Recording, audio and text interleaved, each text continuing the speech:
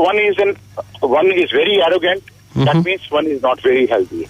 Okay. One is very judgmental, one is not very healthy. One has a lot of negativity, one is not healthy. And similarly, if one is disruptive, very manipulative, hatred, they are so full with hatred and they are vandalistic, they are not healthy.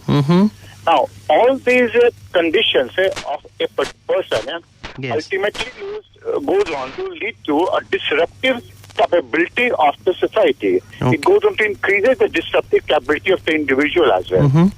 For example, a person who is judgmental will not be able to learn because he goes on to keep on making judgments on almost every situation. Okay. A person who is arrogant, he will never go on to grow. A person who is going to be disruptive will not be able to build a social capital. A person who is going to be having a lot of anxiety, he does not understand that there is nothing in this world that is permanent. Nothing in the world is permanent. No good time, no bad time. Okay. A person who goes on to be having a lot of hatred and jealousy, he or she is not able to understand the strength and its weakness.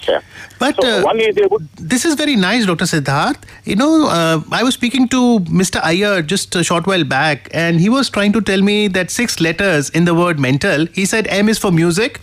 E, he had said, develop emotional quotient. And like, Quotient. yeah, emotional quotient.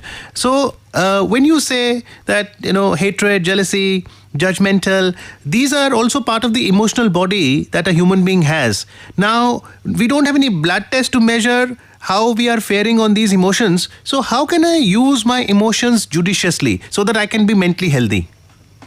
One of this is emotional differentiation. When I'm going to be talking about emotional differentiation, Yes. I must go on to know whether I'm able to differentiate a friend from a companion, or companion from a lover from a classmate. Now these are the 4 aspects. If you are able to differentiate these people, then you are by and large having a good amount of emotional quotient. Okay. Right? Okay. You will not go on to expect from a friend that you are likely to expect from a lover. You are not going to expect something from a companion that you are likely to expect from a friend. Right. So you will be able to build a very healthy relationship. Your mind will be uncluttered. Your mind will be very balanced. And that is what the emotional quotient is going to be all about. So this is really nice. This is really nice. Sir, some other tips day to day, something that we can imbibe from today itself that can unclutter my mind. And if you were to really talk about people you interact with as someone who's an earth scientist, do you think that most of us are mentally healthy? Or if I were to really go by the emotions and some of the other things, do you think that we need significant improvement there? No, we do going to need a significant improvement in almost every aspect. I let you know. Yes. We go on to see a lot of images right now which we were not able to see it sometime back, let's say 10, 15 years back. Okay. Now, the impact of these images on the human psyche is substantial. Okay. And it is quite an amount. Now, when you don't go to analyze the impact of these images, and then you go on to make a judgment with assuming that these images don't have any impact. Let's say we're going to be talking about the type of dress people going to wear, the type of behavior people going to do on the roads, or the type of films that they're going to see. Yes. Ultimately, all of these things going to affect you. So, a brother and sister relationship doesn't go to be of the same type that it used to be sometime back. It goes into more of a friendliness. They can go to talk about a lot of topics that perhaps we or you have not been able to talk about.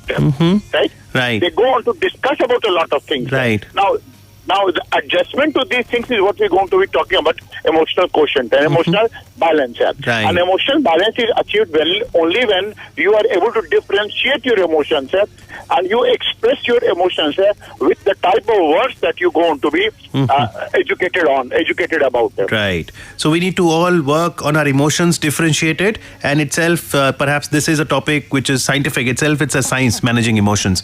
Thank you very much, Dr. Siddharth. You've given us a lot of thought-provoking suggestions there. Thank you very much for joining us on FM Rainbow and sharing your thoughts on mental health. Thank you. Bye-bye. Thank you. Thank you. Bye. Bye.